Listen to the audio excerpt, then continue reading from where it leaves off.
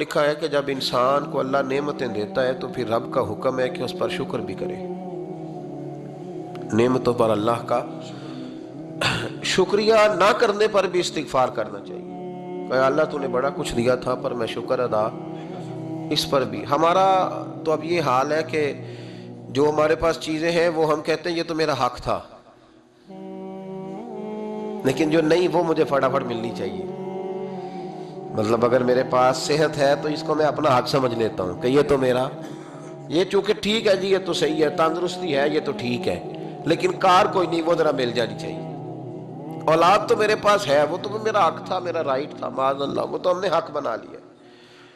اور میرے پاس بنگلہ کوئی نہیں، وہ مجھے فٹافٹ مل جانا چاہیے. بھئی یہ کس طرح تیرا حق تھا، کس حساب سے؟ یعنی جو چیزیں ہیں ان کو سنبھالنے کی فکر نہیں ہے، اور جو نہیں ہے ان کے طلب کی فکر لگی ہوئی ہے. شکر نعمت کو محفوظ کر دیتا ہے، شکر نعمت کو محفوظ کر دیتا ہے، اور ناشکری نعمت کو لَئِن شَكَرْتُمْ لَأَزِيدَنَّكُمْ وَلَئِن كَفَرْتُمْ إِنَّ عَذَابِي لَشَدِيدٌ. اللہ فرماتے ہیں شکر کر میں تیری نعمتوں میں اضافہ کر دوں، اور ناشکری کرے گا تو عذاب دوں.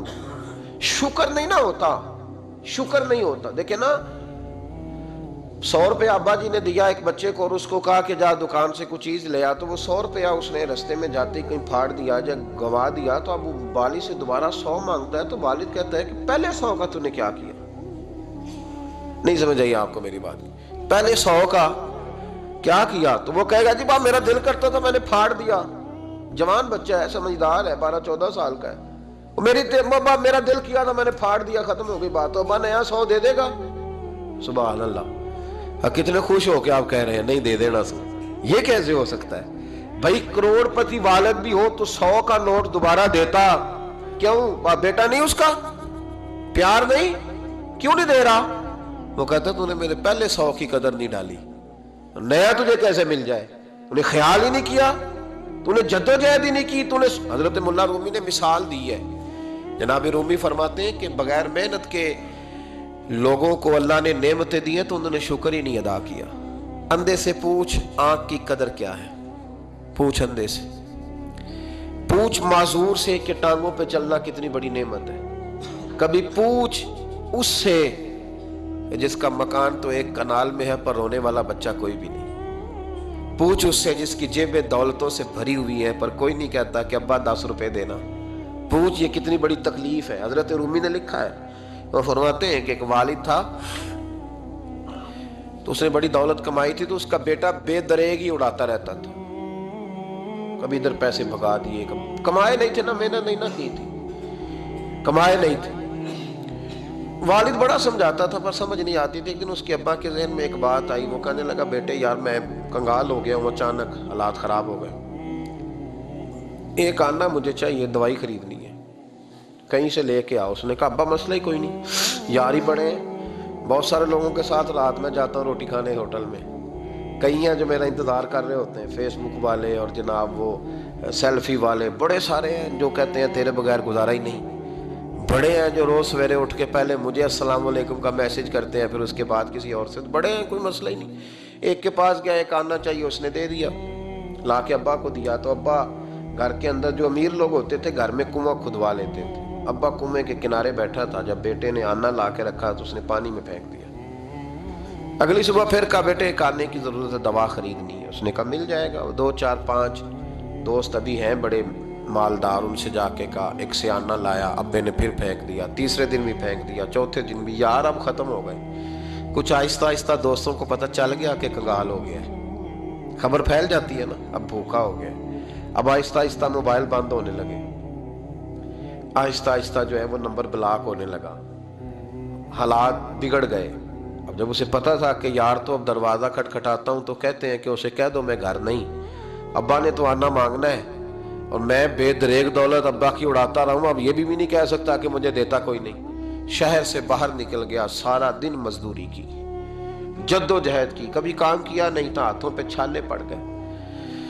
بڑا مشکل ہوتا ہے جن لوگوں نے کام نہ کیا ہو، انہیں کرنا پڑ جائے تو. تکلیف کا شکار ہو کے ایک آنا کمایا، شام کو لا کے والد کی ہتھیلی پہ رکھا تو اس نے پھینکا نا جب کنویں میں تو چیخ پڑا، کہنے لگا ابا جی آپ سیانے بیانے بندے ہیں، روز پیسے لا کے دیتا ہوں، کنویں میں پھینک دیتے ہو، کوئی کرنے والی بات کرو، نہیں دوائی کھانی تو نہ کھاؤ، ضائع کیوں کرتے؟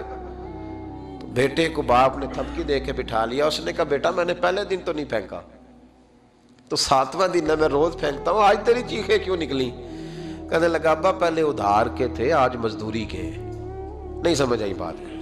پہلے بولیے، اور آج میری محنت ہے، مزدوری ہے، جد و جہد ہے۔ تو والد کہنے لگا بیٹے یہی میں تجھے سمجھانا چاہتا تھا، وہ میرے بھی محنت کے ہیں جو تجھ روز یاروں کو کھلا آتا ہے، میں نے بڑی جد و جہد سے جمع کی ہے، میں کنگال نہیں ہوا، صرف تجھے سمجھانا تھا۔ او بھائی یہ آنکھیں تیری محنت کی نہیں نا، اس لیے تو شکر نہیں ادا کرتا، یہ وجود، یہ ٹانگیں، یہ شعور، یہ تیری جد و جہد کا نہیں، جو عقل کی دولت اللہ نے دی ہے نا، یہ تیری محنت کی نہیں۔ اگر محنت کی ہوتی تو سجدے میں پڑا رہتا، تو خیال کرتا اللہ نے آنکھیں دی ہے قرآن دیکھنے کے لیے، جب کوئی کسی گندی چیز کو دیکھتا ہے تو ناشکری کرتا ہے، جب غلط طرف اٹھاتا ہے یہ چیزیں تو ناشکری کرتا ہے۔ صاحبو یاد رکھنا اور اس پر ضرور غور کرنا کہ جب نعمتوں کا شکر ادا نہ کیا جائے تو پھر ہمیں استغفار کا حکم دیا گیا ہے۔ پھر کیا کرنا ہے ہم نے؟ استغفار کہ یا اللہ ہم تیری نعمتوں کا شکر ادا نہیں کر سکے تو ہمیں معاف فرما دے، تو ہم سے درگزر فرما، معاف فرما۔ ایک استغفار اس بات کا ہے کہ دیکھیں نا، یہ رسول پاک علیہ السلام کا فرمان ہے، یہ حدیث امام راضی نے لکھی ہے، اور نبی پاک کی فرمان کے لحاظ سے جو چیز ہمارے سامنے آئے نا اس پر ہماری آنکھیں بھی کھل جانی چاہیے، دل بھی کھل جانا چاہیے، کہ کوئی خاص ہی بات تھی جو حضور نے بیان فرمائی صلی اللہ علیہ وسلم۔ سرکار دو عالم علیہ السلام نے فرمایا ایک آدمی نے 500 سال بغیر ریاکاری کے اللہ کی عبادت کی۔ کتنے سال؟ 5 سال نہیں ہوتی بغیر ریاکاری کی۔ تہجد پڑھنے والا جب تک 6 لوگوں کو بتا رہا نہ دے تہجد پڑھی ہے، اتنی دیر تو تہجد آگے بڑھتی نہیں، کم از کم 6 بندوں کو پتا ہونا چاہیے۔ اور میرے جیسے حاجی نمازیوں کا تو دل کرتا ہے کہ وظیفے پہ بندہ رکھا جائے جو تعریفیں کرے صبح و شام۔ حاج صاحب کی کیا بات ہے، حضرت صاحب کی وظیفہ دیں گے اس کو مہینے کا، وہ تعریف کرے کھول کے کہ آپ کی بڑی بات۔ یہ مرض ہے، تعریف سننا نا یہ بیماری ہے، اس نے جھوٹ کو جنم دیا ہے، بہت بڑا مرض ہے۔ حضرت سعدی نے اس پر بہت بڑے مقالہ جات لکھے ہیں اور فرماتے ہیں یہ مرض کچھ لوگوں میں بہت زیادہ ہوتا ہے۔ ایک امیروں میں، امیر لوگ ناراض نہ ہو جائیں پر انہوں نے کہا ہے تو کوئی حکمت ہوگی نا، امیروں میں تعریف سننے کا مرض بہت زیادہ ہوتا ہے۔ فرماتے ہیں ایک بادشاہوں میں اور تیسرا عورتوں میں، ان میں یہ بیماری بہت زیادہ ہوتی ہے۔ کوئی تعریف نہ کرے تو خود اپنی کرنی شروع کر دیتے ہیں، خود ہی کہہ دیتے ہیں کہ وہ کیا بات سے میرے ابا جی تے وہ تے 100 حال چلدا سی تے 150 بندہ ٹکر کر، ابا جی دی چھڈ تو دس تیرے کنے چل دے، تیرے کول کنے بندے روٹی کھاندے، اپنی بات کرنا۔ اقبال کہتے تھے تو وہ آبا تمہارے ہی مگر تم کیا ہو، ہاتھ پہ ہاتھ درے منتظر فردا، ابا جی کی دادا جی کے چھوڑ اپنی کر، ہمیں تو تیرا پتہ ہے تو اپنی بات کر، تیرے اندر بھی کوئی چیز ہے کہ نہیں؟ ابا دادا تو سب کے بڑے ہیں، حضرت آدم کی اولاد ہے تو حضرت آدم نبی تھے، تو باپ دادا تو سب کے بڑے بڑے ہی ہیں، بات یہ ہے کہ اپنی بات کرنی چاہیے نا۔ تو یہ بیماری ہے، یہ نقص ہے۔ 500 سال بغیر ریاکاری کی عبادت، اور بیان میرے نبی کریم علیہ السلام فرما رہے ہیں 5، بولیے، یہ بہت بڑا مسئلہ ہے، دکھاوا نہ ہو، ریاکاری نہ ہو۔ ہم مجالس میں جاتے ہیں نا جناب، محافل میں، تو لسٹ ملتی ہے، یہ جو سامنے صدارت ہے انہوں نے خصوصی تعاون کیا ہے تو یہ فلانے صاحب ہیں تو ان کا بھی نام لینا ہے، تو میں کبھی کبھی کہہ دیتا ہوں کہ یار آپ نے تو کہا تھا یہ نبی پاک کی تعریف کی محفل ہے، اور یہاں آپ نے لسٹ لگا دی ہے پوری تعریف کرنے والوں کی۔ کچھ ضروری ہے کسی کا نام لینا اور اس کا جناب ذکر کرنا اور اشتہار پہ اس کی فوٹو آنا، یہ کچھ ضروری ہے؟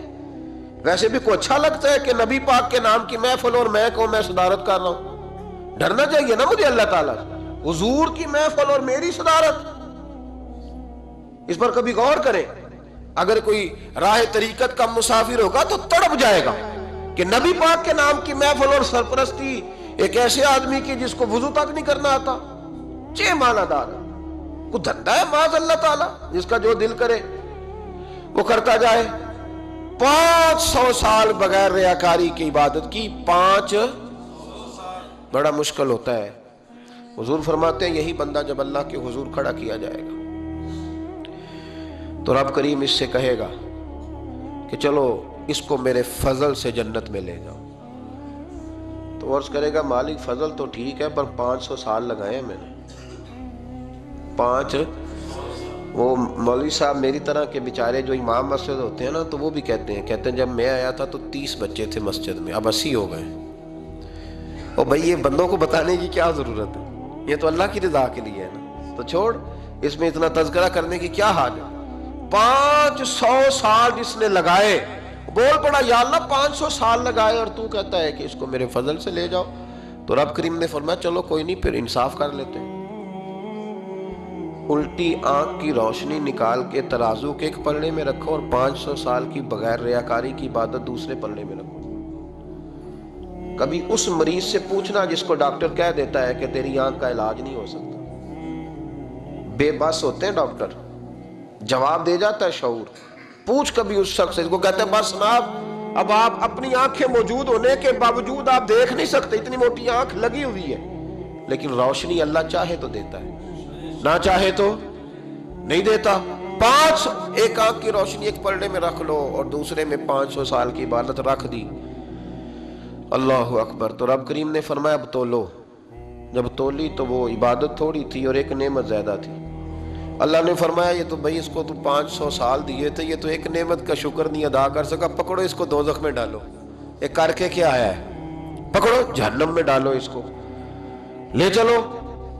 ترمذی شریف کے لفظ ہے، نبی پاک نے ہمیں سمجھایا اور ایک جملے میں ساری بات ختم کر دی۔ حضور فرمانے لگے تو اللہ کی تھوڑے دیے ہوئے رزق پہ راضی ہو جا، وہ بھی تیری تھوڑی عبادت سے راضی ہو جائے گا، اور اگر تیرا پروگرام ہے نا لمبی چوڑی جائیدادوں کا تو پھر سجدے بھی لمبے کر، پھر لمبے کرنا تو بھی۔ یہ کیا بات ہوئی، یہاں جتنی دولت بڑھتی جاتی ہے عبادت سکڑتی جاتی ہے، وقت ہی نہیں، ٹائم ہی نہیں، یہ بڑھا پھر۔ تو جب دوزخ میں جانے لگا نا تو پھر خیال آیا، تو حضور فرماتے استغفار کرنے لگا، کہنے لگا اللہ میں بھول گیا تھا، اللہ مجھے غلطی لگ گئی، استغفار کر رہا ہے۔ تو جب اس نے استغفار کیا تو رب کریم تو پہلے ہی بڑا قبول کرنے والا ہے، یا اللہ میں بھول گیا تو فرمایا چلو جو استغفار کرے اسے تو میں ویسے ہی معاف کر دیا کرتا ہوں، اسے بخش دو، اسے میرے فضل سے جنت میں لے جاؤ۔ پہلا استغفار، ہمارے بزرگ نے ایک مراقبہ کراتے تھے، مراقبہ ان فی خلق السماوات والارض واختلاف اللیل والنہار لآیات لأولی الالباب۔ مراقبہ ہوتا تھا اللہ کی نعمتوں پر غور کرنے کا نام۔ تو اکیلا بیٹھ، گردن جھکا اور غور کر خدا کا فضل کتنا ہے اور میری اس میں محنت کتنی ہے، اس کا شمار کر۔ اس طرح کر کے 2 خانے بنا، ایک خانے میں اللہ کی نعمت رکھ اور دوسرے میں پھر اپنی محنت رکھ، اس کو کہتے ہیں مراقبہ۔ یہاں سے مراقبہ سٹارٹ ہوتا ہے، اور اگر تو شکر ادا کر رہا ہے تو پھر ٹھیک ہے، ورنہ پھر استغفار کر، پھر اللہ کے حضور معافی مانگ، پھر اس کے حضور آہوزاری کر، پھر اس سے کہہ کہ وہ معاف کرے۔ ہم لوگ یہ والا مراقبہ نہیں کرتے، اس لیے جو چیز ہے وہ تو میرا حق تھا، مجھے فٹافٹ دوسری بھی چاہیے۔ استغفار کریں اس لیے کہ ہم شکر ادا صحیح طور پر کر سکے، پھر اس کے بعد دوسرا استغفار اس وقت ہوتا ہے اللہ اکبر کہ جب انسان باشعور زیادہ ہو پر بے عمل بھی اتنا ہی زیادہ ہو، اسے بھی استغفار زیادہ کرنا چاہیے۔ اب میرے سمیت کسی بھی آدمی کو چھیڑیں گے نا تو دنیا اور مافیہا کی وہ باتیں کرے گا، لیکن جب اس کا عمل دیکھا جائے گا تو کچا سا، پلپلا سا، کمزور سا۔ یعنی ایسے لوگ ہیں جو ماں باپ کی عظمت پر 6 گھنٹے تقریر کر سکتے ہیں، لیکن اگر ان کی اماں سے جا کے پوچھا جائے کہ بیٹے کا حال کیا ہے جی، تو کہتے ہیں بڑی تکلیف میں ہو، اپنے بیٹے کے سبب سے وہ بڑی آزمائش کا شکار۔ بھئی تیری 6 گھنٹے کی تقریر کا معنی کیا ہوا؟ تو لفظوں کے گورکھ دھندے کا ماہر ہے، لفظ۔ میں ادھر گیا ہوا تھا بڑی دور پنجاب کے ایک شہر میں، تو ایک صاحب مجھے کہنے لگے کہ میری 21ویں سالانہ محفل ہے۔ میں نے کہا آپ نماز پڑھتے ہیں؟ کہتے نہیں۔ تو میں نے کہا محفل کا کیا معنی رکھا ہوا ہے آپ نے؟ یہ کیا ہے، رسم ہے؟ فلاں بہت بڑے عالم کو میں نے بلایا، فلاں کو بھی بلایا، فلاں نعت خواں بھی۔ یہ کیا ہے؟ اگر تو نمازی نہیں آج تک، اس کو کیا سمجھتا ہے تو؟ میرے لیے فلاں بزرگ سے بھی تعلقات ہے، تو نے کیا حاصل کیا ان سے؟ تعلقات کا کیا مطلب ہوتا ہے؟ فوٹو آتی ہے ساتھ، اخباروں میں تصویر لگ گئی، فیس بک پہ آ گیا کہ میں ان سے ملا ہوں، اتنا تعلق ہے؟ یہاں تو بھائی خوشبو کے قریب سے بندہ گزر جائے تو خوشبو آنے لگ جاتی ہے۔ تو نے پایا کیا؟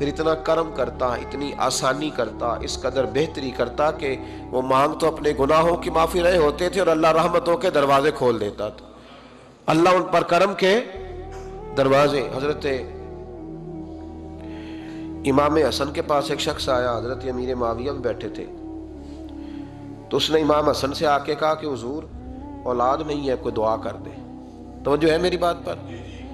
اب بھی لوگ پیروں کے پاس آتے ہیں نا، ماشاءاللہ سے، اللہ خیر فرمائے، تو پیر صاحب اگر وظیفہ بتائیں تو وظیفہ چونکہ پڑھنا پڑتا ہے وہ کام مشکل ہے، لہذا تعویذ تو پیروں نے بھی اب ماشاءاللہ بڑی ترقی کر لی، انہوں نے بھی تعویذ چھپوا کے رکھ لی ہے۔ کون لکھے اتنے تعویذ، جو کہ ہر مرید کو تو تعویذ چاہیے، انہوں نے نا جی تعویذ پکے چھپوا لیے، کچھ نے مورے بنوا لی ہیں۔ دیکھتا رہتا ہوں، میرا شعبہ ہے نا، میں دیکھتا رہتا ہوں کہ مور لگائی، اس کو باندھا، اللہ خیر کرے گا۔ تو اب وہ نفسیاتی معاملہ ہے، ظاہر ہے 100 بندہ تعویذ لے کے گیا ہے تو 1.5 کو تو فرق پڑے گا ہی نا بیچ میں سے، تو جس کو فرق پڑ گیا اس کا فیس بک پہ دے دیا کہ یہ میری کرامت ہے، نہیں تو جس کا نہ پڑا جی جڑے محرم راز حقیقت دے وہ تے راز حقیقت کھول دے ہی نہیں، اے جنہ ویکھیا نہیں وہ کرن گلاں، جنہ ویکھ لیا وہ تے بول دے ہی نہیں۔ ہمارے ایک حضرت تھے تو ان کے پاس ہم بیٹھے تھے، نیک آدمی، تو تعویذ دیا تو مرید کہنے لگا حضور دوبارہ کب آؤں؟ کہنے لگے فرق پڑ گیا تو آ جانا، نہیں تو کہیں اور چلے جانا۔ اس لیے کہ شیخ عبدالعزیز دباغ رحمت اللہ علیہ کے ایک مرید نے کہیں تنقید کر دی تھوڑی سی، یہ لفظ بس نا بہت بڑے ہیں، ان کی میں تشریح نہیں کروں گا، جتنے جملے اتنی بات کر کے بیت جاؤں گا، ان کی تشریح نہیں ہو سکتی، یہ ان کی توضیح نہیں ہو سکتی، کچھ تفصیل نہیں ان کی ہو سکتی، یہ جملے بڑے، میں کوئی تشریح نہیں کروں گا۔ اس نے کہا کہ حضور فلاں فلاں فلاں فلاں جگہ مجھے پریشانی ہے آپ کے حوالے سے، تو آپ فرمانے لگے میں نے کون سا باندھا ہوا ہے، نہیں سمجھ میں بات آتی تو کہیں اور چلا جا، باندھ کے رکھا نہیں، دروازے کھلے ہوئے کہیں اور چلا جا، ختم ہو گئی بات۔ تنقید کرنے کی ضرورت چھٹی، اس لیے کہ وہ لوگ بت نہیں بناتے تھے کہ بس ادھر ہی پوجا کرنی ہے کہ کہیں اور نہیں جانا، یہ چھوڑے ہے نا ہمارے چکر چلا ہوا، میرے علاوہ کہیں اور نہ جانا۔ شیخ عبدالوہاب شرونی فرمایا کرتے تھے یہ تو نقص ہے تیرے اندر کا، یہ تو تیرے اندر کا نقص ہے، اگر تو قابل ہوتا تو کہتا جا سنگیا سارا زمانہ دیکھا، اگر کوئی میرے جیسا ملا تو چلا جانا، اور اگر میری طرح کا نہ ملا تو پھر کہیں اور جا دیکھا سارا۔ او بھائیو کیا چکر ہے، وظائف لوگ پوچھتے تھے تو ان پہ عمل کرتے تھے، وہ چیزیں فائدہ دیتی۔ حضرت امام حسن سے آ کے وظیفہ پوچھا، اس شخص نے کہا حضور اولاد کوئی نہیں تو وظیفہ بتایا، تو آپ نے فرمایا استغفار پڑھا کر، کیا کر؟ اس نے کہا ٹھیک ہے، تو حضور پھر میں دوبارہ کب آؤں؟ تو امام حسن کہنے لگے بے اولاد ہے نا تو، استغفار کا وظیفہ بتایا نا؟ کہا ہاں۔ فرمانے لگے اب اس وقت آنا جب اللہ تجھے 10 بیٹے عطا کرے گا۔ کتنے؟ 2 4 نہیں، 10 ہی کہہ دیے۔ تو حضرت امیر معاویہ رضی اللہ تعالیٰ دیکھا، کہنے لگے حسن اتنا بڑا دعویٰ؟ آپ فرمانے لگے میں نے کہہ دیا نا تو اللہ فضل کرے گا، ہاں ہاں اللہ خیر کرے گا، خیر ہو جائے گی۔ وہ شخص کئی سالوں کے بعد آیا، کئی سالوں کے بعد، تو حضرت امیر معاویہ کو بھی ساتھ لایا، کہنے لگا حضور اللہ کے فضل سے اللہ نے 10 بیٹے عطا فرمائے، پورے 10 ہی اللہ نے دیے۔ تو حضرت امیر معاویہ کہنے لگے جناب بات تو آپ کی سچی ہو گئی، پر مجھے بھی بتائیں یہ وظیفہ کہاں سے لیا؟ فرمانے لگے قرآن پاک سے، سورہ نوح کی 10 11 12 آیت پڑھو، اللہ فرماتے ہیں تم استغفار پڑھو، میں تمہاری بیٹوں سے بھی مدد کروں گا، مالوں سے بھی مدد کروں گا۔ تو میں نے استغفار بتائی تھی اور قرآن میرے اللہ کا ہے، رب کا وعدہ جھوٹا ہو سکتا؟ فرمایا 10 بیٹے ملنے تھے، میں نے کہہ جو دیا تھا۔ وہ میرے بھائیوں یاد رکھیں، استغفار اللہ کی رحمت نازل کر، ایک ہوتا ہے خوف، ایک ہوتی ہے خشیت۔ خوف والے لوگ توبہ کرتے ہیں، خشیت والے استغفار کرتے ہیں۔ ایک ہوتا ہے خوف، ایک ہوتی ہے خشیت والے استغفار کرتے ہیں۔ نبی کریم علیہ السلام نے فرمایا میں دن میں 100 مرتبہ استغفار کرتا ہوں، دن میں۔ توبہ والا کہتا ہے کہ میں بھول گیا تھا مجھے معافی مل جائے، اور خشیت والا کہتا ہے میرا یار ناراض نہ ہو جائے، وہ استغفار ہی کرتا رہتا ہے، وہ معافی حضرت رومی نے مثال دی ہے، فرماتے ایک عورت تھی تو بھیک مانگا کرتی تھی، ایک دن بادشاہ کے دروازے پہ بھیک مانگنے گئی تو بادشاہ کو پسند آ گئی، اس نے نکاح کر لیا۔ 20 کنیزائیں اس بی بی کے پاس تھی خدمت کرنے کے لیے، روٹی دینے کے لیے، کپڑا دینے کے لیے، لیکن وہ ہر وقت روتی رہتی تھی، ہر وقت روتی۔ ایک سمجھدار کنیز کہنے لگی کہ ملکہ اب تیرا درجہ بہت بڑا ہے، تو ہر وقت روتی رہتی ہے، معافیاں ہی مانگتی رہتی ہے ہر وقت، کون سی ایسی نعمت ہے جو تیرے پاس نہیں؟ تو وہ کہنے لگی اس لیے تو روتی ہوں۔ کیا مانا؟ کہنے لگی اس لیے روتی ہوں کہ میں اس قابل نہیں تھی جو مجھے مل گیا، کہیں میرے سر کا سائیں ناراض نہ ہو جائے، وہ کہیں بگڑ نہ جائے، مجھے پتا ہے کہ میں کیا تھی اور مجھے کہاں تک پہنچا دیا، میں روتی اس لیے ہوں کہ کبھی کہیں وہ ناراض۔ حضرت عمر اس لیے روتے تھے کہ کہیں مصطفیٰ ناراض نہ ہو جائے، حضرت ابو بکر اس لیے تڑپتے تھے کہ کہیں اللہ کا فضل روٹھ نہ جائے۔ یہ جو مولا علی اپنے کمرے میں بیٹھ کے زور زور سے استغفار پڑھتے، تو اس لیے نہیں کہ بڑے پاپ تھے جن کی معاذ اللہ معافی مانگتے تھے، اس لیے کہ رب رسول کہیں ناراض نہ ہو، خشیت تھی کہ جہاں ہم پہنچے ہوئے کہیں وہاں سے واپس۔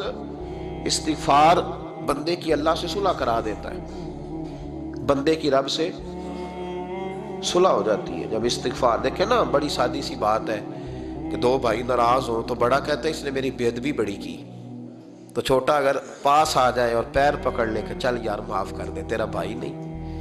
پتہ کیا ہوتا ہے؟ صرف معافی نہیں ملتی، ہاں صرف معافی نہیں، چھوٹے نے بے ادبی کر دی، بڑے کو تکلیف ہوئی، بات جب آگے بڑھی نا تو بڑے نے شکوہ کیا، جب لوگوں نے چھوٹے کو سمجھایا تو چھوٹا جب معافی مانگتا، ادھر دیکھو میری طرف، جب چھوٹا معافی مانگتا ہے نا اٹھ کے جاتا ہے اور بڑے کے پیر پکڑتا ہے تو نرا معاف نہیں کرتا، بڑا رو بھی پڑتا ہے، بڑا رو بھی پڑتا ہے، اور وہ کہتا ہے کہ وہ میں اور تم اماں کے پاس اکٹھے بیٹھتے، ایک باپ کی موٹر سائیکل پہ اکٹھے بیٹھتے، تو تیرا اور میرا رشتہ یار تو نے یہ کیوں؟ وہ جو آنسو نکلتے ہیں نا، وہ درد ہوتا ہے، وہ کیف ہوتا ہے، وہ سوز ہوتا ہے، وہ لذت ہوتی ہے، وہ پیار ہوتا ہے۔ رب کہتا ہے تو معافی مانگ، انہو کان غفارا، تو معافی مانگ، میں تجھے معاف بھی کروں گا، تیرے اوپر رحمت بھی فرماؤں گا، تیرے اوپر کرم نوازی بھی کروں گا، تجھے نواز دوں گا، تجھے عطا کروں گا۔ حضرت موسیٰ کلیم اللہ علیہ السلام کا زمانہ مبارکہ تھا، قحط پڑ گیا، بارش نہیں ہوتی۔ ہم لوگ نا اب تو خیر ہمارے پاکستان میں تو ٹیبل ٹاک ہوتی ہے، ٹاک شو ہوتے ہیں، ہمارے ہاں تو پتہ کیا جاتا ہے کہ بارش ہو کیوں نہیں رہی، پھر اس پہ یہ ہوتا ہے کہ دھواں بڑا چڑھ گیا ہے، حالات بڑے خراب ہیں، فلاں ایسے ہو گیا قحط کا۔ ہم تو اسباب تلاش کرتے رہتے ہیں نا جی، فوق بہت زیادہ ہے، فلاں چیز ایسے ہے، فلاں چیز ایسے، ہم تو یہ تلاش کرتے رہتے ہیں۔ وہ لوگ یوں نہیں کرتے تھے، وہ سیدھے جا کے مصلوں پہ بیٹھتے تھے، اس لیے کہ وہ کہتے تھے جب رب چاہتا ہے تو پھر کوئی چیز کسی چیز کو روک سکتی، وہ سیدھے مصلے پہ بیٹھتے۔ اعلیٰ حضرت فاضل بریلوی رحمۃ اللہ علیہ کے پاس ایک مولانا محمد حسین آئے، وہ فلکیات کے بڑے ماہر تھے، تو اعلیٰ حضرت نے فرمایا ذرا ستاروں کا حساب لگا کے دکھاؤ بارش کب ہوگی؟ کہنے لگا پورا مہینہ تو نہیں ہوگی۔ تو اعلیٰ حضرت رحمۃ اللہ علیہ فرمانے لگے کہو کہ میرا علم کہتا ہے مہینہ نہیں ہوگی، اللہ چاہے تو ابھی ہو سکتی ہے۔ کہنے لگا جی وہ تو ٹھیک ہے پر میرا علم، وہ جیسے روز لوگوں نے پیر نیٹو حسین شاہ صاحب نہیں کھولے ہوتے کہ بارش کب آئے گی، اور اس کی طرف نہ دیکھ، مصلے پہ بیٹھ، مہربانی کر مصلے پہ بیٹھ، اللہ کی بارگاہ میں حاضر ہو، اسے معافی مانگ، اسے منا تاکہ وہ رحمت کی بارش۔ کہنے لگا جی میرا علم کہتا ہے، تو اعلیٰ حضرت فرمانے لگے پھر وہی بات، تو کہہ اللہ چاہے تو بارش ابھی، لیکن یہ جو اڑ گئے ہیں نا بیچارے، یہ اڑی گئے ہیں، یہ جہاں الجھ گئے ہیں وہاں یہ لوگ الجھ گئے، اللہ ہمیں الجھنے سے محفوظ فرمائے۔ تو اعلیٰ حضرت اٹھے تو فرمایا ٹائم کیا ہوا ہے گھڑی پہ؟ کہنے لگا جی 12۔ تو اعلیٰ حضرت نے گھڑی گھمائی، اب کیا بج گیا؟ کہنے لگا 4 بج گئے۔ فرمانے لگے بج گئے نا 4؟ کہنے لگا جی آپ نے گھڑی گھما جو دی ہے۔ فرمانے لگے اللہ بھی جب چاہے تو ستارے گھما دیتا ہے، اللہ بھی ستارے گھما دیتا ہے بارش۔ کہنے لگا جی وہ تو ٹھیک ہے پر مہینہ نہیں ہو سکتی۔ اڑا ہوا بندہ، اس کا کوئی علاج ہے؟ جو اڑ جو جائے اس کے لیے قرآن کہتا ہے وَإِذَا خَاطَبَهُمُ الْجَاهِلُونَ قَالُوا سَلَامًا، اسے سلوٹ کرو دور سے، اسے کو تو جان اور تیرا۔ کہنے لگا جی ہو نہیں سکتی پورا مہینہ۔ فرمانے لگے یار تو جا اپنا کام کر۔ وہ شخص کہتا ہے میں نے دروازہ کھولا اعلیٰ حضرت کا، کمرے سے باہر نکلا تو تیز بارش ہو رہی، واپس آیا تو میں نے کہا احمد رضا یہ عقیدہ کہاں سے لیا ہے؟ فرمایا دروازہ مصطفیٰ سے لیا ہے صلی اللہ علیہ وسلم۔ تو یاد رکھیں کہ اللہ کو منانا چاہیے، استغفار کرنا چاہیے، اس کی برکات۔ حضرت موسیٰ ساری قوم کو لے کے نکل گئے۔ آؤ بھائی میدان میں اللہ کی بارگاہ میں استغفار کریں اور بارش کا سوال کریں۔ بارش مانگے، جب باہر نکلے دیر تک دعائیں ہوتی رہیں تو حضرت موسیٰ علیہ السلام کو رب کریم نے وحی فرمائی کہ موسیٰ آپ کی قوم میں نے ایک شخص ہے جس کو 40 سال ہو گئے نافرمانی کرتے، اس نے رب سے صلح نہیں کی۔ کتنے لوگ ہیں؟ ایک، اور 40 سال سے وہ نافرمان ہے، اس کو مجمع سے نکال دو بارش ہو جائے گی۔ اگر ایک گناہگار کی وجہ سے بارش رک جاتی ہے اور جہاں دروازے کھلے ہوئے ہوں، جہاں تنہائیاں خوفناک ہوں، اور جہاں تباہی اتری ہوئی ہو، اور جہاں لوگ کروڑوں روپیہ مال ہڑپ کر گئے ہوں، اور جہاں علماء کو ہاتھ کڑیاں لگا کے ٹھنڈی زمینوں پہ لٹا دیا جائے اور قوم کہہ رہی ہو اچھا ہوا اچھا ہوا، اور لوگ پھبتیاں اڑا رہے ہوں، مذاق کر رہے ہوں، تو پھر اس قوم پہ کس طرح کر کے فضل الہی؟ اور یہ مولوی کا معاملہ نہیں، یہ تو ممبر رسول کا معاملہ ہے۔ میرے مصطفیٰ نے یہ نہیں کہا پیر میرا وارث ہے، حضور نے فرمایا عالم میرے دین کے وارث ہیں۔ ہاں حضور نے فرمایا جس نے عالم کے چہرے کا دیدار کیا سمجھے میں نے اپنے نبی کی زیارت کی ہے۔ لیکن یہاں تو خیر یہ عنوان نہیں، ورنہ میں اس پر جاتا۔ ہائے، تو کہا ایک بندہ ہے 40 سال سے اللہ کی نافرمانی کر رہا ہے، وہ اگر نکل جائے تو بارش ہو جائے گی۔ حضرت موسیٰ نے اعلان کر دیا بھی ایک شخص ہے، وہ اگر نکل جائے تو بارش ہو جائے گی۔ پتہ تو ہوتا ہے نا سب کو، مجھے بھی پتہ ہے کہ میں اندر سے کیسا ہوں، اور آپ کو بھی خبر تو ہوتی ہے نا جی۔ جب بات ہو رہی ہوتی ہے تو پھر پتہ تو چلتا ہے نا کہ بات کہاں جا کے سیٹ ہو رہی ہے، پتہ چلتا ہے نا۔ اسے بھی چل گیا پتہ، اب اندر ہی اندر رونے لگا۔ اور دیکھو امام رازی اور امام غزالی دونوں نے لکھا ہے کہ اس درد سے رویا، اس درد سے کہ ادھر والے کو بھی پتہ نہ چل جائے، مجمع کے اندر کھڑا ہے، اور ادھر والے کو بھی استغفار، دیکھو ادھر والے کو پتہ نہ چل جائے اور ادھر والے کو بھی کہیں ہجوم میں غم میں بھی توہین نے ضبط غم نہ ہوئی۔ ہم اس احتیاط سے روئے کہ آنکھ نم نہ ہوئی، ہجوم غم میں بھی توہین نے ضبط غم نہ ہوئی۔ ہم اس احتیاط سے روئے کہ آنکھ نم نہ ہوئی، روئے بھی پر کسی کو آنسو نہیں دیکھنے دیے۔ اب اس درد سے کہتا ہے اللہ تو معاف کرنے والا ہے نا، تو معاف کرتا ہے، پردہ پوشی کرتا ہے، اور مالک اگر لوگوں کو پتہ چل گیا تو میرے تو بچوں کا بھی جینا حرام کر دے گا، یا اللہ میری تو آنے والی نسل بھی تڑپ کے وقت گزارے گی۔ مالک تو معاف کر دیا کرتا ہے، لوگ نہیں معاف کرتے، اے اللہ یہ میری خوبیاں بھول جائیں گے، میری خامیوں پر بات، مالک میں یہ ذلت نہیں برداشت کر سکتا، فضل فرما۔ حضرت موسیٰ نے دوبارہ اعلان کیا نکلتے ہو کہ نہیں نکلتے؟ پھر تڑپا، خدا بندہ مجھے بے آبرو نہ کر، یہ ذلت اور رسوائیاں یہ نہیں برداشت ہوتی، اللہ درگزر۔ حضرت موسیٰ نے تیسرا اعلان کیا نکلتا ہے یا میں پھر اس کا نام لوں؟ اللہ سے پوچھ کے نام لوں اس کا، بتاؤ کون ہے؟ اب تو تڑپ گیا، کہنے لگا مالک میں تیری بارگاہ میں استغفار کرتا ہوں، آئندہ نہیں کرتا، آئندہ نہیں کرتا۔ یہ لفظ ادا کیے، بندہ کوئی بھی نہیں نکلا، رب کریم نے بارش عطا کر دی، تیز بارش جب برسی نا، تیز بارش، تو لوگ تو میںہ دیکھ کے دوڑ گئے۔ تو حضرت موسیٰ کہنے لگا یا اللہ مجھے بھی تو بتا، تو نے کہا تھا کہ جب تک بندہ نہیں نکلتا بارش نہیں ہوگی، تو نکلا کوئی بھی نہیں، بارش ہو گئی، ماجرا کیا ہے؟ تو رب کریم نے فرمایا موسیٰ بس اس نے مجھ سے صلح کر لی، اس نے مجھ سے صلح کر لی۔ اور امام غزالی نے لفظ لکھے، حضرت موسیٰ نے پوچھا، حالانکہ اللہ اپنے نبیوں کو غیب کے خزانے دیتا ہے، پوچھا کہ اے اللہ مجھے اس کا نام بتا دے۔ تو رب کریم نے فرمایا موسیٰ جب گناہگار تھا تب نہیں کسی کو بتایا، جب پاپی تھا تب نہیں بتایا، جب مجرم تھا تب نہیں بتایا، اب کیسے بتا دوں؟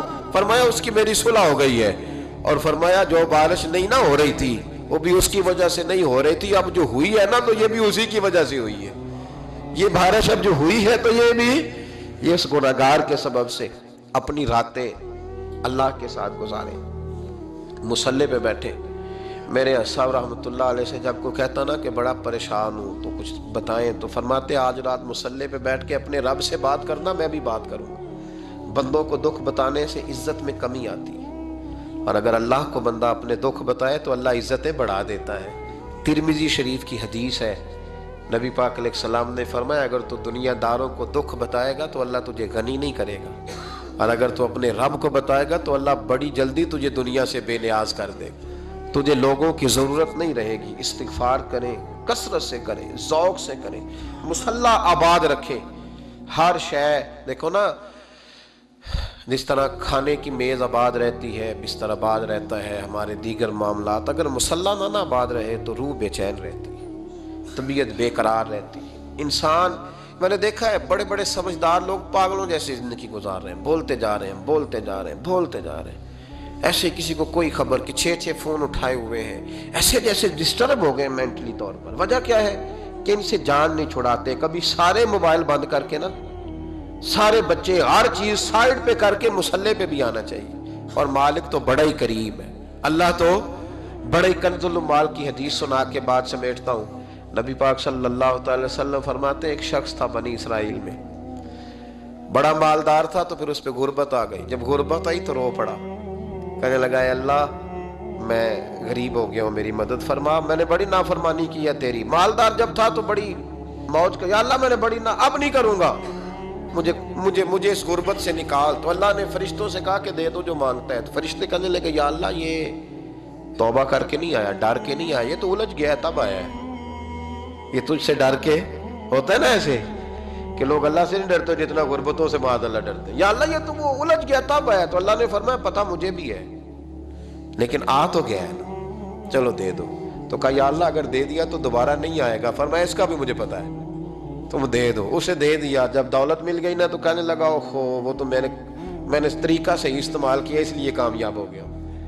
پھر کچھ وقت گزرا تو پھر الجھ گیا، پھر قرضے چڑھ گئے، پھر سارے علاج کہنے لگا یا اللہ اب نہیں کرتا، اب معاف کر دے. 70 دفعہ توبہ کی اور 70 دفعہ توڑی. حبیب کریم فرماتے ایک دن بستر پہ تھا، آسانی تھی، 70 دفعہ فرشتوں نے کہا یا اللہ یہ جھوٹا ہے، جھوٹ بولتا ہے، یہ تو غربت آئی ہے تو تیری بارگاہ میں آیا ورنہ کبھی نہ آتا. بیمار ہوا ہے تو آیا، اس کا تو بچہ بیمار ہوا ہے تو آیا ورنہ کبھی نہ آتا. 70 دفعہ توبہ توڑی. ایک دن رات کو بستر پہ لیٹا تھا، دولتیں بھی تھی، آسانیاں بھی تھی. دل میں خیال آیا میں کتنا جھوٹا ہوں، جب الجھ جاتا ہوں تو اس کے دروازے پہ جاتا ہوں اور وہ کتنا قریب ہے، مجھے خالی نہیں لوٹاتا. تڑپ اٹھا، آنسو نکل گئے، اٹھ کے مصلی پہ کھڑا ہوا تو رب کریم نے فرشتوں سے فرمایا کھول کے دیکھو دروازے، آج یہ غربت کی وجہ سے نہیں آیا، آج میرا بن کے آیا ہے. تو یا اللہ پہلے تو دولت دیتا تھا، آج کیا دے گا؟ تو محبوب فرماتے اللہ فرماتے اب میں اسے بغیر حساب کتاب جنت عطا کروں گا. استغفار کریں، اس کے حضور حاضری دیں. جس طرح سارا کچھ چھوڑ چھاڑ کے لوگ کہتے نہیں کہ 1 مہینہ میں نے کسی سیاحتی مقام پہ رہنا ہے، میں نے اب کسی ٹھنڈے علاقے میں چلے جانا ہے، برف باری دیکھنی ہے، سیر کرنی ہے، 10 دن کی چھٹیاں وہاں گزارنی ہے. چلو 7 چھٹیاں وہاں گزار لو، 3 دن اپنے اللہ کے ساتھ گزارو.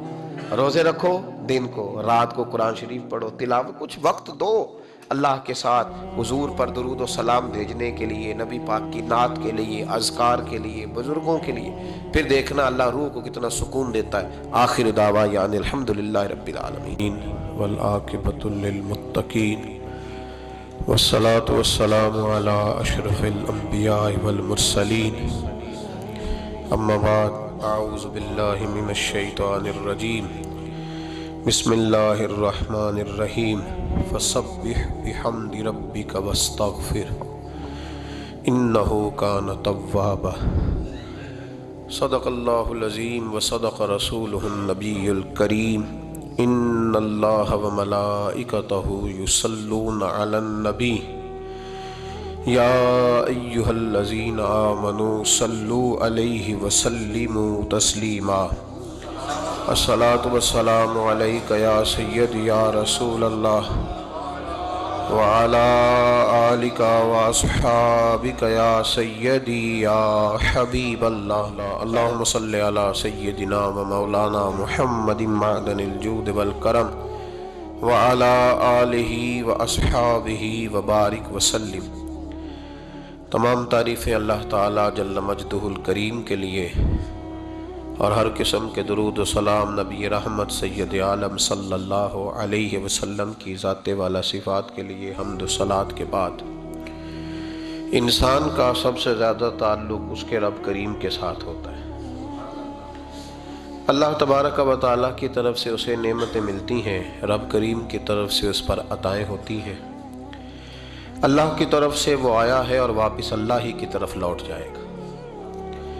ابتدا بھی مالک کریم کی ذات ہے اور انتہا بھی اسی رب کریم کی ذات ہے۔ انسان دنیا میں جتنے بھی پیچ و تاب کرتا ہے، جتنی بھی دنیا داری کرتا ہے اور جتنے بھی معاملات میں وہ وقت گزارتا ہے، وہ سارے عارضی ہیں، وقتی ہیں، اور بہت ساری چیزیں تو صرف اور صرف دھوکہ ہیں اور دھوکے کے سوا کچھ بھی نہیں۔ اگر اس کا یہ ذہن بن جائے کہ میں نے اپنے تعلقات کو، اپنے معاملات کو اپنے رب کے ساتھ صحیح رکھنا ہے، تو جب اللہ کے ساتھ اس کے معاملات ٹھیک ہوتے ہیں تو بندوں کے ساتھ خود بخود ہی ٹھیک ہو جاتے ہیں۔ اگر خشیت الہی پیدا ہوتی ہے، خوف خدا اسے نصیب ہو جاتا ہے، اور اگر اللہ تبارک و تعالیٰ کا قرب اسے میسر آتا ہے، اس رستے کا یہ سفر شروع کر دیتا ہے، تو بندوں کے ساتھ تو معاملات ویسے ٹھیک ہو جاتے ہیں۔ اس لیے کہ جب اللہ سے ڈرے گا، نہ دھوکہ کرے گا، نہ فریب کرے گا، نہ جھوٹ بولے گا، نہ کسی شخص کے ساتھ بددیانتی کرے گا، جب اللہ کے ساتھ اس کا تعلق ٹھیک رہے گا، اور جب یہ اپنے آپ کو آزاد سمجھے گا نا کہ میں ہوں اور میں ہی ہوں اور میں نہیں چلنا ہے، تو پھر یہ اپنی مرضی سے معاملات کو چلائے گا تو خرابی پیدا ہوگی۔ اللہ تبارک و تعالیٰ کے ساتھ انسان کا جو رشتہ ہے، اس میں انسان کی کچھ کمزوریاں آڑے آتی ہیں، گناہ ہو جاتے ہیں، غلطیاں ہو جاتی ہیں۔ ان غلطیوں کے بعد اپنے رب کریم کے ساتھ اپنے تعلق کو مضبوط کرنے کے لیے اللہ رسول نے جو ہمیں وظیفہ دیا اس کو استغفار کہتے ہیں۔ استغفار ویسے اس کا لغوی معنی تو ڈھانپنا ہوتا ہے، یہ غفر سے بنا ہے، لیکن اس کے اصطلاحی معنی یہ ہے کہ جو گناہ انسان سے ماضی میں ہو جائے ان سے معافی چاہنے کا نام استغفار ہے۔ کچھ لوگ توبہ اور استغفار کا لفظ اکٹھا بولتے ہیں، لیکن توبہ کا معنی ہوتا ہے آئندہ گناہ نہ کرنے کا وعدہ کرنا، اور استغفار کا معنی ہوتا ہے پچھلے گناہوں سے اللہ کے حضور معافی مانگنا۔ اگرچہ مفہوم کے لحاظ سے یہ ہم معنی ہی بنتے ہیں، لیکن ان کا جو اصطلاحی مفہوم ہے وہ یہ ہے کہ جب آپ پچھلے گناہوں سے معافی مانگ رہے ہوتے ہیں تو اس کو استغفار کہتے ہیں۔ اللہ تعالیٰ نے اس استغفار کو بڑا پسند فرمایا، بڑا پسند فرمایا، اور یہ استغفار کے جملے مالی کو اتنے پسند آئے کہ اللہ نے نبی پاک علیہ السلام کو بھی حکم دیا، کہا محبوب آپ بھی میری بارگاہ میں استغفار کریں۔ اگرچہ حضور کا استغفار اس معنی میں نہیں ہے، بلکہ نبی پاک کا استغفار تو بلندی درجات کا معاملہ ہے، چونکہ استغفار خود ایک عبادت ہے، تو یہ عبادت کرنے کا اللہ نے اپنے محبوب کو بھی ارشاد فرمایا۔ جب فتح مکہ ہوئی تو فرمایا اذا جاء نصر اللہ والفتح، جب اللہ کی مدد آئی تو پھر فتح نصیب ہوئی، وَرَأَيْتَ النَّاسَ يَدْخُلُونَ فِي دِينِ اللَّهِ أَفْوَاجًا، تو پھر آپ دیکھیں گے لوگوں کو، لوگ فوجوں کی فوجیں دین میں داخل ہو رہے ہیں۔ لوگ پہلے ایک ایک دو دو کر کے آیا کرتے تھے، تو اب فوجوں کی فوجیں آ رہی ہیں، تو یا اللہ ہم کیا کریں؟ تو رب کریم نے فرمایا محبوب فَسَبِّحْ بِحَمْدِ رَبِّكَ وَاسْتَغْفِرْ، اپنے رب کے لیے حمد کرو، تسبیح پڑھو اور استغفار کرو۔ کیا کرو؟ استغفار، معافی مانگو، اس کے حضور آہذاری کرو، استغفار کرو۔ معنی یہ ہوا کہ جب تو غلطی ہو جائے پھر بھی استغفار کرو، جب اللہ زیادہ نعمتیں دے پھر بھی پھر بھی استغفار کرو۔ ہمارے ہاں یہ ہوتا ہے کہ جب تو کوئی نقصان ہوتا ہے تو وہ اللہ کی طرف سے ہوتا ہے، نقصان ہو جائے تو کہتے ہیں اللہ کی مرضی تھی، اور فائدہ ہو جائے تو کہتے ہیں میں نے محنت ہی بڑی کی تھی، میری جدوجہد بڑی تھی۔ ایک بچہ ایک دفعہ میرے پاس کہیں انٹرویو کے لیے جا رہا تھا، تو دعا کرانے آیا، کہنے لگا میں نے وہاں جانا ہے، دعا کیجئے گا اللہ تعالیٰ کامیابی دے۔ میں نے دعا کی، کچھ اس کو پڑھنے کو بتایا، لیکن کامیاب نہ ہو سکا، لوٹ آیا۔ تو میں نے پوچھا کہ کیا بنا؟ کہنے لگا حضرت صاحب بس اللہ کی مرضی تھی، اللہ کی مرضی تھی۔ پھر ایک دفعہ گیا تو نہ کہا اللہ کی مرضی تھی، تیسری دفعہ گیا کامیاب ہو گیا۔ تو بھئی اب کیا بنا؟ کہنے لگا جی جب میں داخل ہوا تو اس نے جاتے ہی مجھ سے پوچھا سب سے پہلا سوال یہ کہ تمہیں جنرل نالج کی بھی کچھ معلومات ہے یا شعبے کے آدمی ہو؟ تو میں نے کہا جناب پوچھئے۔ تو انہوں نے پاکستان کا حدود اربہ پوچھا تو میں نے فٹافٹ بتا دیا۔ پھر انہوں نے مجھ سے پوچھا کہ یہ جو مینار پاکستان ہے اس کی تجویز کس شخص نے دی تھی؟ تو میں نے فٹافٹ اس کا بھی نام بتا دیا۔ پھر شارٹ ہینڈ کے ایک دو سوالات اس نے کیے تو وہ بھی میں نے بتا دیے، تو الحمدللہ کامیاب ہو گیا۔ میں نے کہا بیٹے جب تو ناکام ہوا تھا تو اللہ کی مرضی تھی، اور کامیاب ہوا ہے تو میں لگا دیے، اب اللہ کی مرضی کدھر گئی؟ یہ اتنا بڑا نقص ہے انسانی فطرت کا، اتنی بڑی کمزوری ہے کہ معاذ اللہ تعالی ہم کمزوریاں قدرت کے کھاتے میں ڈال دیتے ہیں، اور ناکامیاں قدرت کے کھاتے میں، اور کامیابیاں، یہ کیا تماشا۔ حالانکہ ہونا یہ چاہیے تھا کہ جہاں انسان کمزور پڑے تو کہے میری غلطی تھی، میری غلطی تھی۔ صوفیاء یہ سبق دیتے ہیں، اللہ کے بندے یہ پیغام دیتے ہیں کہ جب تو کہیں ناکام ہو جائے تو سمجھ جائے تیری، اور جب تو کامیاب ہو جائے تو سمجھ رہے اللہ راضی ہو گیا تھا، اللہ نے رحمت کر دی، اس نے فضل کیا۔ تو یاد رکھیں استغفار، کئی چیزوں پہ استغفار ہوتا ہے، کئی چیزوں پہ، اور استغفار کا نفع ملتا ہے۔ کیا نفع ملتا ہے؟ وہ سورہ نوح کی آیت نمبر 10، 11 اور 12 میں اللہ نے بیان فرمایا کہ استغفار صرف گناہ سے معافی چاہنے کا نام نہیں، بلکہ استغفار کا تمہیں فائدہ ملے گا۔ کیا؟ رب فرماتے ہیں فَقُلْتُ اسْتَغْفِرُوا رَبَّكُمْ۔ جب حضرت نوح کی قوم قحط کا شکار ہو گئی، آزمائشیں آ گئیں، تو آ کے حضرت نوح سے کہنے لگے اب ہم کیا کریں؟ تو کیا کہا حضرت نوح نے؟ فرمایا فَقُلْتُ اسْتَغْفِرُوا رَبَّكُمْ، آپ نے فرمایا اپنے رب سے استغفار کرو، اپنے رب سے۔ انہوں نے قحط کی بات کی، انہوں نے کہا کہ کھیتیاں اجڑ گئی ہیں، بارش نہیں ہو رہی، قحط کی بات کی۔ آپ نے کیا کہا؟ استغفار کرو، کیوں کہ انہو کان غفارا، بے شک اللہ بڑا ہی بخشنے والا۔ وہ کیا کرے گا؟ یرسل السماء علیکم مدرارا، وہ تم پر موسلا دار بارش برسائے گا۔